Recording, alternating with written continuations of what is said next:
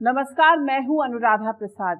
5 अक्टूबर को हरियाणा के लोग अपने वोट से ये तय करेंगे कि अगले 5 साल तक उनके भाग्य से जुड़े अहम फैसले कौन लेगा।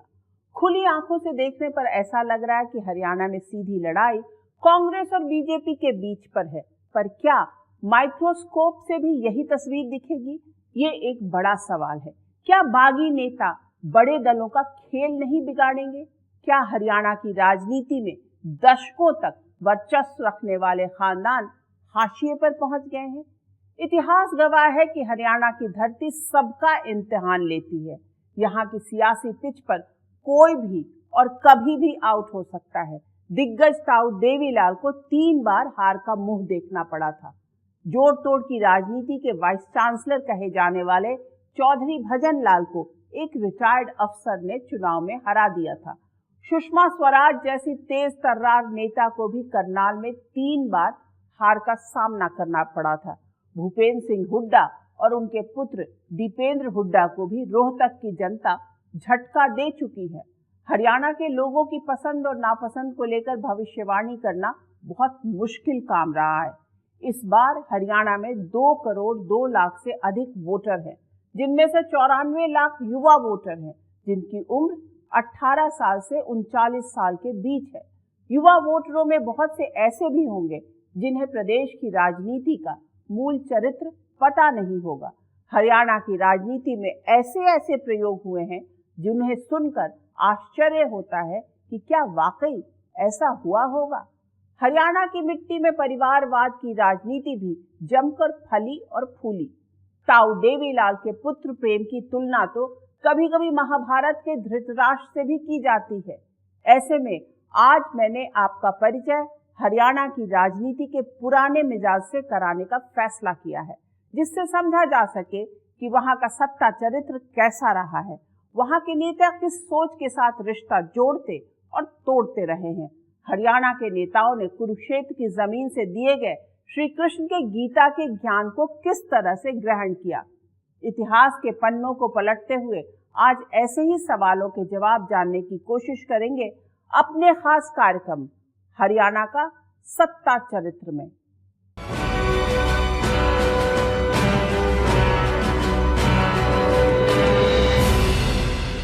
कभी हरियाणा को भारतीय सभ्यता और संस्कृति के विकास की धुरी कहा जाता था। राखी गढ़ी में मिले करीब 8000 साल पुराने अवशेष बयां कर रहे हैं कि वहां की मिट्टी पर मानव सभ्यता के विकास की बुलंद कहानी किस तरह तैयार हुई। सरस्वती नदी तट से ज्ञान की धारा ने लोगों को किस तरह बेहतरी का रास्ता दिखाया। द्वापर युग में कुरुक्षेत्र से श्री कृष्ण ने दुनिया को कर्म योग का ज्ञान दिया, तो इसी कुरुक्षेत्र में सत्ता के लिए महाभारत भी हुई। हरियाणा का पानीपत 3 ऐतिहासिक लड़ाइयों का गवाह है। साल 1526 में पानीपत की पहली लड़ाई में बाबर ने इब्राहिम लोदी को हराया और भारत में मुगल वंश की स्थापना की। पानीपत की दूसरी लड़ाई 1556 में हुई, जिसमें अकबर की सेना ने राजा हेमू को हरा दिया।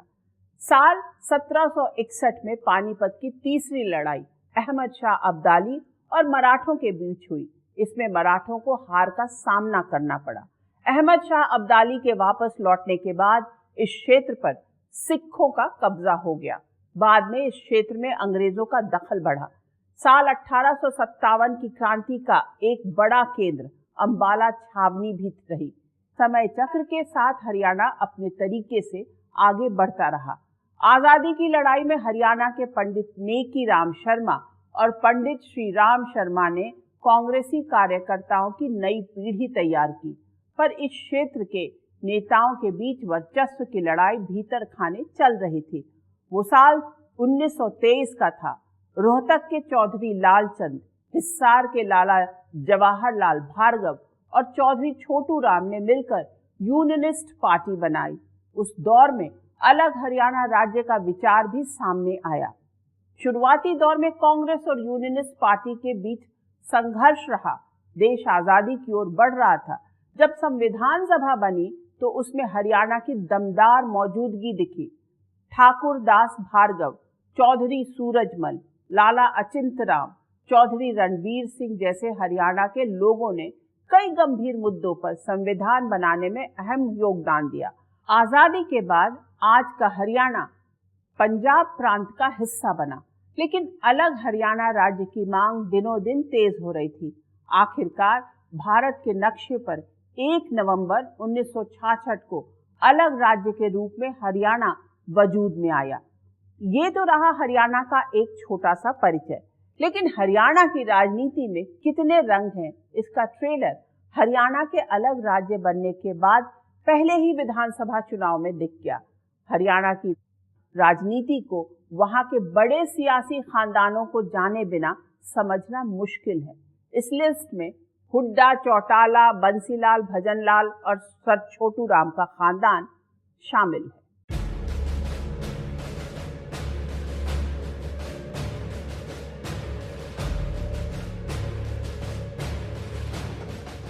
विरासत के सियासत का अद्भुत नमूना है हरियाणा। यहाँ के हर क्षेत्र में कोई न कोई ऐसा परिवार मिल जाएगा जिसकी 1 या 2 पीढ़ी राजनीति में रही हो। हरियाणा का जन्म के बाद से वहां खासतौर से 5 परिवारों का वर्चस्व रहा है। रोहतक के भूपेंद्र सिंह हुड्डा 2 बार सूबे के मुख्यमंत्री रहे। उनके पुत्र दीपेंद्र हुड्डा 5वीं बार सांसद हैं। हुड्डा परिवार के मुखिया चौधरी रणवीर सिंह हुड्डा कांग्रेस के पहले दिग्गजों में से रहे, जो संविधान सभा के सदस्य रहे, जहां उन्होंने समाज में हाशिए पर खड़े लोगों और किसानों से जुड़े मुद्दों की दमदार वकालत की। रोहतक हुड्डा परिवार का गढ़ माना जाता है। लोग ये भी कह रहे हैं कि हर बारी होता है कि हुड्डा जी जीत करके अपने बेटे को गद्दी पे बिठा देंगे, कि दीपेंद्र को आप बैठा दीजिएगा। देखिए, आप मेरे को रिटायर करना चाहते क्या? हरियाणा का दूसरा बड़ा राजनीतिक परिवार देवीलाल का है। चौटाला परिवार की 4थी पीढ़ी राजनीति में है। इसी परिवार से हैं दुष्यंत चौटाला। चौटाला परिवार की जड़ें भी कांग्रेस से जुड़ी हैं। इस परिवार के मुखिया रहे देवीलाल हरियाणा के 2 बार मुख्यमंत्री और देश के 2 बार उप प्रधानमंत्री रहे। उनके बेटे ओम प्रकाश चौटाला ने भी हरियाणा के मुख्यमंत्री के तौर पर 5 बार शपथ ली। ओम प्रकाश चौटाला के दोनों बेटे और बहू को भी राजनीति खूब पसंद आई। अब देवीलाल की 4थी पीढ़ी भी राजनीति में है, जिसके एक सदस्य दुष्यंत चौटाला उप मुख्यमंत्री की कुर्सी तक पहुंच चुके। राजनीतिक वर्चस्व के लिए चौटाला परिवार में खींचतान नई बात नहीं। इसी तरह भिवानी के बंसीलाल 4 बार हरियाणा के मुख्यमंत्री बने। उनके बड़े बेटे रणबीर महेंद्रा की क्रिकेट में खास दिलचस्पी रही। वहीं छोटे बेटे सुरेंद्र सिंह की राजनीति में बहुत दिलचस्पी रही। वो सांसद और केंद्रीय मंत्री बने। साल 2005 में सुरेंद्र सिंह के निधन के बाद उनकी पत्नी किरण चौधरी राजनीति में आई। कांग्रेस में लंबा समय गुजारने के बाद अब वो बीजेपी के रथ पर सवार होकर राज्यसभा सदस्य हैं। उनकी बेटी श्रुति चौधरी को बीजेपी ने तोशाम सीट से विधानसभा चुनाव में उतारा है। हरियाणा के रण में कई सीटों पर मुकाबला परिवार के सदस्यों के बीच तय माना जा रहा है। इसी तरह हरियाणा की राजनीति में कभी चौधरी भजनलाल की धमक सुनाई देती थी। भजनलाल 3 बार हरियाणा के मुख्यमंत्री की कुर्सी पर बैठे। इनकी पत्नी जसमा देवी भी विधानसभा पहुंची। इनके दोनों बेटे कुलदीप बिश्नोई और चंद्रमोहन बिश्नोई दोनों राजनीति में रहे। चंद्रमोहन तो उप मुख्यमंत्री की कुर्सी तक पहुंचे। चौधरी भजनलाल से भी जब परिवारवाद को लेकर पूछा जाता तो उनका जवाब बहुत सीधा होता। सीट थी वो हमारी, इस सीट को मैंने 40 साल से सींचा हो, एज सरपंच, एज पंचायत समिति चेयरमैन, एज एमएलए, एज मंत्री, एज मुख्यमंत्री। उसको कैसे छोड़ दें जल्दी से? मेरा घर है वो, लोग नहीं छोड़ते, मैं छोड़ूं तो भी। चौधरी भजनलाल परिवार की तीसरी पीढ़ी भी 2024 के चुनावी अखाड़े में अपनी किस्मत आजमा रही।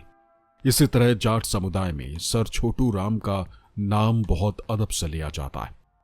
किसानों के अधिकारों की वकालत करने वाले छोटू राम ने नेशनल यूनियनिस्ट पार्टी की स्थापना की थी। इनके पोते बीरेंद्र सिंह कांग्रेस से बीजेपी होते हुए फिर कांग्रेस में आ गए।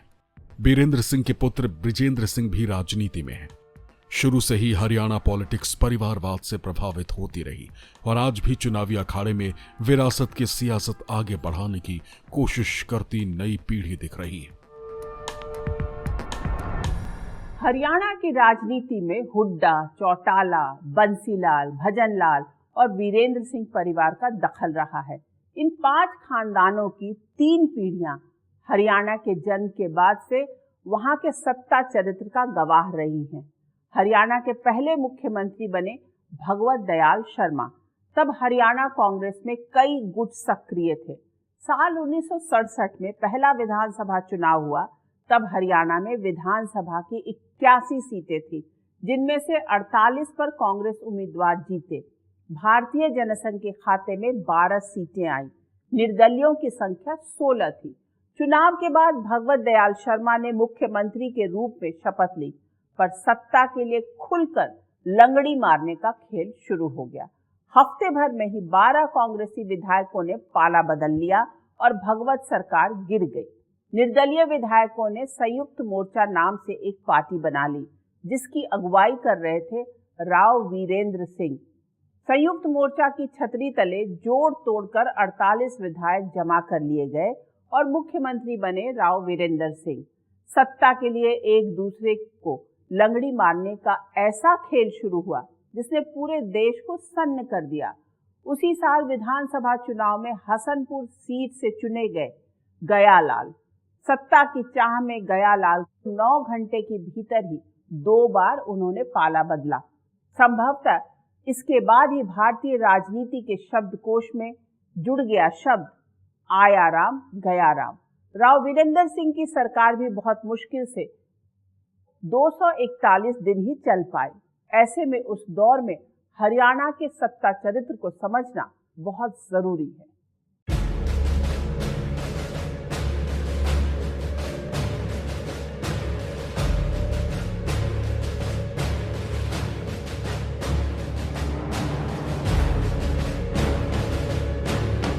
वो साल 1967 का था और महीना फरवरी का। कड़ाके की ठंड के बाद हल्की धूप लोगों को सुकून दे रही थी। हरियाणा को अलग राज्य बने अभी 4 महीने ही हुए कि विधानसभा चुनाव की घंटी बज गई। हरियाणा कांग्रेस के नेताओं के बीच खुलकर वर्चस्व की होड़ चल रही थी। पहले विधानसभा चुनाव में प्रदेश की 81 सीटों में से 48 पर कांग्रेस जीती। मुख्यमंत्री पद के लिए भगवत दयाल शर्मा यानी बीडी शर्मा के नाम पर आला कमान ने मुहर लगा दी। इस बात से हरियाणा कांग्रेस के कुछ नेता बहुत नाराज हुए। अहिरवार राज परिवार से आने वाले कांग्रेसी राव वीरेंद्र सिंह ने बगावत का झंडा बुलंद कर दिया। बीडी शर्मा को पहली चुनौती मिली स्पीकर के चुनाव में। उनकी पसंद के उम्मीदवार दया किशन को राव वीरेंद्र सिंह ने 3 वोट से हरा दिया। अब मुख्यमंत्री बीडी शर्मा को सदन में बहुमत साबित करना था, लेकिन कांग्रेस के 12 विधायकों ने बहुमत परीक्षण से पहले पाला बदल लिया। बीडी शर्मा की सरकार गिर गई। राव वीरेंद्र सिंह की अगुवाई में संयुक्त विधायक दल बना, जिसमें कांग्रेस के बागी विधायक भी शामिल थे। दल बदल और गठबंधन के दम पर 48 विधायकों को अपने साथ जोड़कर राव वीरेंद्र सिंह ने मुख्यमंत्री पद की शपथ ली। सबसे पहले भगवत दयाल शर्मा मुख्यमंत्री बने तो उनकी सरकार को वो अस्थिर करने के लिए कुछ प्रयास हुए और उन्होंने भी अपने हिसाब से राज चलाने की कोशिश की। तो फिर चौधरी राव वीरेंद्र सिंह जो थे वो उनको हटा के उनको मुख्यमंत्री बनाया गया और बीच बीच में लगातार जो है वो कुछ विधायक ऐसे थे और लगातार इधर से उधर होते रहते थे। उस दौर की एक घटना का जिक्र भीम सिंह दहिया अपनी किताब पावर पॉलिटिक्स इन हरियाणा में करते हैं। चौधरी बंसीलाल पहली बार विधानसभा के लिए चुने गए थे। बागी विधायक को लगा कि बंसीलाल साथ नहीं देंगे। ऐसे में उन्हें सदन में पहुंचने से रोकने की रणनीति बनी। भीम सिंह दहिया लिखते हैं, बंसीलाल को विधानसभा जाने से रोकने का काम एक अफसर को सौंपा गया। उसने विधानसभा की कार्यवाही शुरू होने से पहले बंसीलाल को अपने घर बुलाया। कुछ देर बाद बंसीलाल बाथरूम में गए तो उस अफसर ने बाहर से दरवाजा बंद कर दिया। बंसीलाल काफी देर तक अंदर से आवाज लगाते रहे, लेकिन तब तक दरवाजा नहीं खुला जब तक भगवत दयाल शर्मा की सरकार गिरा नहीं दी गई। इसी तरह अनुसूचित जाति के लिए रिजर्व हसनपुर विधानसभा सीट से निर्दलीय उम्मीदवार गयालाल चुनाव जीते। वो किसी भी तरह सत्ताधारी दल के साथ जुड़े रहना चाहते थे, लेकिन हरियाणा में पल पल समीकरण बदल रहा था। ऐसे में हिसाब लगाना मुश्किल था कि किसका पलड़ा भारी है। असमंजस की ऐसी स्थिति में गयालाल सुबह संयुक्त विधायक दल में शामिल हुए। दोपहर होते होते कांग्रेस के पाले में खड़े हो गए। शाम ढलने पर हालात भांपते हुए फिर संयुक्त विधायक दल यानी राव बीरेंद्र सिंह के साथ खड़े हो गए। गयालाल ने दिन भर में ही 3 बार दल बदल किया। इसके बाद चंडीगढ़ में मीडिया के सामने जब राव बीरेंद्र सिंह से गयालाल को लेकर सवाल हुआ तो उनका जवाब था कि गयाराम अब आयाराम हो चुका है। दल बदल की जो बात है, हरियाणा में दल बदल जो है कोई नई चीज़ नहीं है, क्योंकि जैसे ही हरियाणा का गठन हुआ तो भगवत दयाल शर्मा की सरकार को अस्थिर करने के लिए, पलटने के लिए तख्ता पलटी हुई। फिर राव बीरेंद्र सिंह चीफ मिनिस्टर बने। 6 महीने में उनकी सरकार गिर गई। लोगों ने एक दिन में, विधायकों ने 8 बार दल बदला। तो कहा गया था कि हरियाणा के विधायक जो है वो इस तरह से दल बदलते हैं जैसे लोग कपड़े बदलते हैं। और यहीं से हरियाणा का नाम आयाराम, गयाराम के नाम से मशहूर हुआ। एक विधायक थे गयाराम जी, वो कभी इस पार्टी में सुबह शाम को उस पार्टी में, अगले दिन सुबह इस पार्टी में, फिर उस पार्टी में। तो ये एक कहावत प्रचलित हो गई कि हरियाणा आयाराम गयाराम की राजनीति के लिए जाना जाता है। राव बीरेंद्र सिंह भी 241 दिन ही मुख्यमंत्री की कुर्सी पर रह पाए। उन्होंने भी विशाल हरियाणा पार्टी नाम से अपनी नई छतरी तान ली। 8 महीने में हरियाणा में दल बदल के 60 से अधिक मामले आए। मतलब हर महीने औसत 8 दल बदल के मामले। हरियाणा में दल बदल के इतनी अजब गजब घटनाएं हुई कि 20 नवंबर 1967 को राष्ट्रपति शासन लग गया।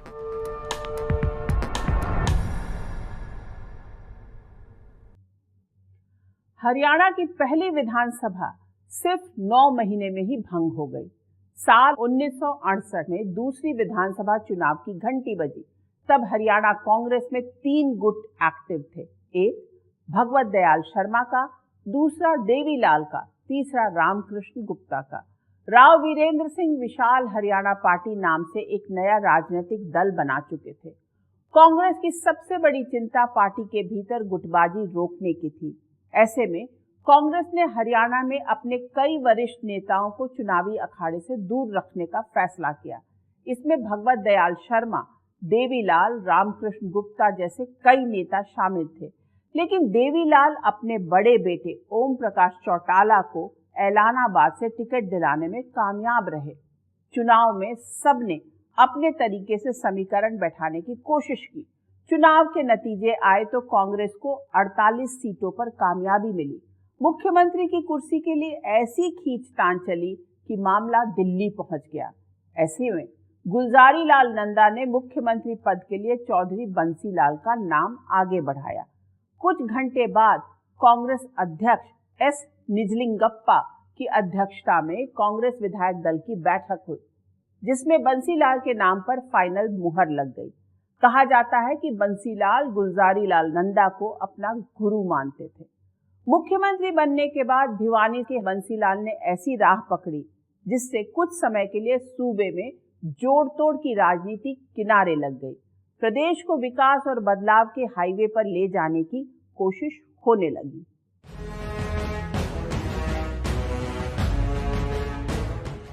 हरियाणा में मुख्यमंत्री की कुर्सी के लिए खींचतान चल रही थी बीडी शर्मा और देवीलाल के बीच। ये बात दिल्ली में बैठे कांग्रेस के बड़े नेताओं को भी पता थी, इसलिए दोनों को चुनावी अखाड़े से दूर रखा गया। चुनावों में कांग्रेस को पूर्ण बहुमत मिला। अब बीडी शर्मा दावा कर रहे कि उनके साथ 33 विधायक हैं, तो देवीलाल दिल्ली में डेरा डाले हुए थे। ऐसे में तब की प्रधानमंत्री इंदिरा गांधी ने मुख्यमंत्री पद को लेकर चल रहा झगड़ा सुलझाने का जिम्मा अपने मंत्री गुलजारी लाल नंदा को सौंपा। बहुत मंथन के बाद बंसीलाल का नाम आगे बढ़ाया गया, जिनका ताल्लुक न तो देवीलाल गुट से था और न ही बीडी शर्मा गुट से। बंसीलाल के आलाकमान से भी अच्छे संबंध थे। गृह संयोग ऐसे बने कि बंसीलाल के नाम पर ना तो देवीलाल ने ऐतराज जताया, न ही बीडी शर्मा कुछ बोल पाए। चौधरी बंसीलाल को मुख्यमंत्री बनवाने में सबसे ज़्यादा अहम भूमिका गुलजारी लाल नंदा और बिहार के जो चीफ मिनिस्टर है ललित नारायण मिश्रा जी, इनकी भूमिका थी। और आप देखेंगे कि जो भगवत दयाल शर्मा जी ने चीफ मिनिस्टर तो बनवा दिया उनको, लेकिन वो तबादले के लिए बड़े बड़े जत्थे भेजते थे उनके पास कि मुख्यमंत्री को इस पर साइन करना है। यानी कि भगवत दयाल जी ने चीफ मिनिस्टर बनवाने के बाद ये माना कि बंसीलाल जी उनके रबर स्टैंप साबित हों। कहा जाता है कि मुख्यमंत्री की कुर्सी पर बैठने के बाद बंसीलाल ने सबसे पहले उस अफसर को सस्पेंड किया जिसने उन्हें बाथरूम में बंद किया था। उसके बाद हरियाणा को तरक्की के रास्ते पर ले जाने के लिए काम शुरू किया गया। गांव-गांव पानी, सड़क और बिजली पहुंचाने का काम हुआ। हरियाणा में सिंचाई के लिए नहरों का जाल बिछाया जाने लगा। गुड़गांव, फरीदाबाद, सोनीपत जैसे शहरों को औद्योगिक क्षेत्रों में बदलने का काम शुरू हुआ, जिसकी बुलंद तस्वीर दुनिया के सामने है। हाईवे के किनारे टॉयलेट और रेस्टोरेंट बनाने की पहल भी बंसीलाल के दौर में हुई। इस मॉडल को बाद में दूसरे राज्यों ने भी अपनाया। बंसीलाल ने ट्रांसफॉर्म किया वहां की गवर्नेंस को।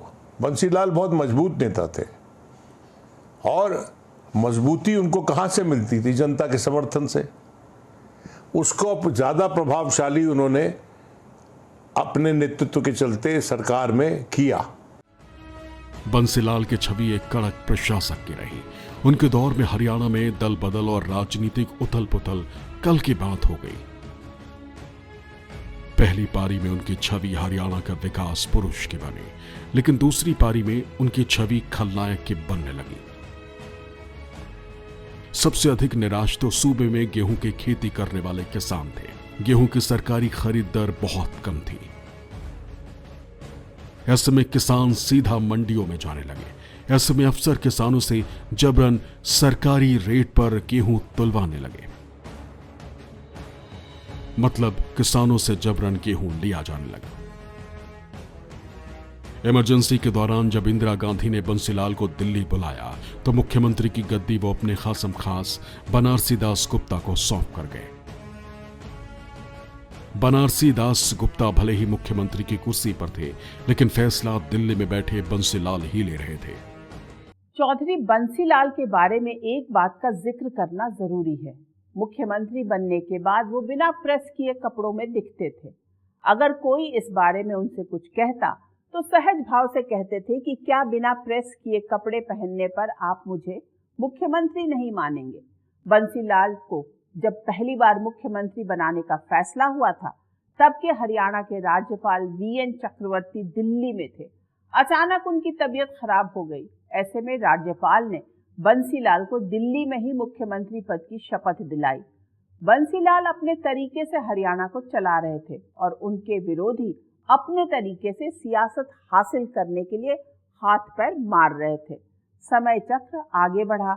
देश में इमरजेंसी लगने के करीब 6 महीने बाद ही मुख्यमंत्री पद से इस्तीफा देकर बंसीलाल दिल्ली की राजनीति में शिफ्ट हो गए। उन्हें रक्षा मंत्रालय जैसी बड़ी जिम्मेदारी सौंपी गई। इसी दौरान वो इंदिरा गांधी और संजय गांधी के करीब पहुंच गए। इमरजेंसी के दौरान संजय गांधी के नसबंदी अभियान को आगे बढ़ाने में बंसीलाल की भूमिका को एक खलनायक की तरह से देखा जाता है। उधर चौधरी देवीलाल की सियासी हरकतें कांग्रेस में रहते पूरी नहीं हो पा रही थी। वैसे तो 1950 में ही उनकी पहचान एक जुझारू किसान नेता के तौर पर बन चुकी थी। साल 1952 से ही वो विधानसभा में थे।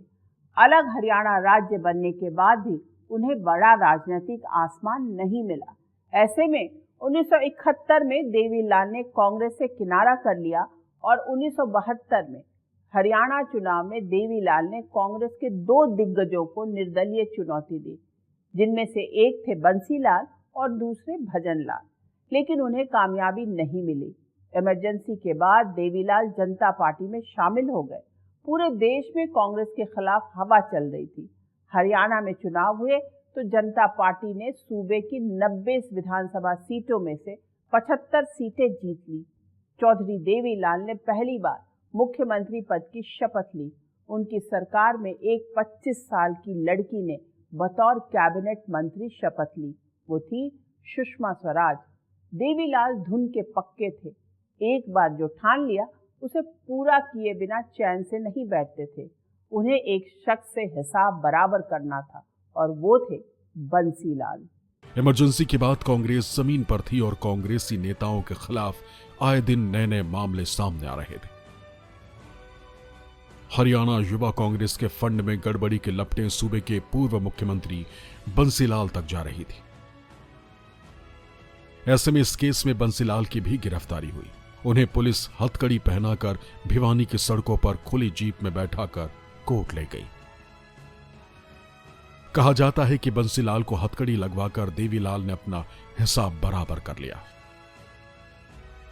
लेकिन बतौर मुख्यमंत्री भी उनकी चुनौतियां कम नहीं रहीं। सबसे बड़ी चुनौती तो जनता पार्टी में शामिल दलों के नेताओं को संतुष्ट करने की थी। उन्हें ना चाहते हुए भी भजनलाल, मंगल सेन, कर्नल राम सिंह, सुषमा स्वराज को मंत्री बनाना पड़ा। देवीलाल सरकार के 4 महीने भी पूरे नहीं हुए होंगे कि असंतुष्ट एक्टिव होने लगे। हालात ऐसे बने कि आलाकमान के निर्देश पर जनवरी 1978 में देवीलाल को विश्वास मत हासिल करना पड़ा। दरअसल उस दौर में जनता पार्टी में 2 गुट था, एक चौधरी शरण सिंह का गुट और दूसरा मोरारजी देसाई का गुट। देवीलाल का जुड़ाव चौधरी शरण सिंह के गुट से था, वहीं भजनलाल मोरारजी देसाई गुट के साथ खड़े थे। कुछ मुद्दों को लेकर देवीलाल और उनकी सरकार में कैबिनेट मंत्री सुषमा स्वराज से भी उनके रिश्ते सहज नहीं रहे। उनकी सरकार के 4 मंत्रियों भजनलाल, मेहर सिंह राठी, शेर सिंह और गजराज बहादुर नागर ने फिर मोर्चा खोल दिया। देवीलाल की मुख्यमंत्री वाली कुर्सी खिसकाने का जिम्मा एक तरफ से भजनलाल ने संभाल रखा था। ऐसे में भजनलाल ने देवीलाल से असंतुष्ट विधायकों को, मंत्रियों को भारत दर्शन कराने का रास्ता चुना। करीब 2 हफ्ते तक विधायकों का भारत दर्शन चला। उधर देवीलाल सरकार को विधानसभा में विश्वास मत हासिल करना था। राजनीति के माहिर खिलाड़ी देवीलाल समझ चुके थे कि हवा का रुख किधर है। ऐसे में उन्होंने मुख्यमंत्री पद से इस्तीफा देना बेहतर समझा। हरियाणा की राजनीति दांवपेच और तिकड़म से भरी हुई है। चौधरी देवीलाल पहली बार सिर्फ 737 दिन मुख्यमंत्री की कुर्सी पर रहे। उनके खिलाफ नाराजगी और आक्रोश जनता पार्टी के भीतर बढ़ने लगा। शायद उनकी तिनुक मिजाजी उनके करीबियों को पसंद नहीं आती थी। कहा जाता है कि चौधरी देवीलाल के खिलाफ असंतोष की चिंगारी को पीछे से हवा देने का काम एक ऐसा शख्स कर रहा था जिसका जन्म आज के पाकिस्तान के बहावलपुर में हुआ था। वो हरियाणा के आदमपुर में कपड़ा और घी का कारोबार करता था। राजनीति में भी उस शख्स का रसूख तेजी से बढ़ रहा था। उसे जोड़ तोड़ की राजनीति का PhD कहा जाता था। भारतीय राजनीति में जब भी दल बदल और जोड़ तोड़ की बात होगी, बगैर उस शख्स का जिक्र किए बात अधूरी रहेगी। आज बस इतना ही। कल के एपिसोड में हम बात करेंगे हरियाणा के भजनलाल और उसके आगे की राजनीति की। तब तक के लिए मुझे दीजिए इजाजत। निष्पक्ष खबर, सटीक विश्लेषण और अपने हक से जुड़े मुद्दों के लिए आप देखते रहिए न्यूज़ 24। नमस्कार।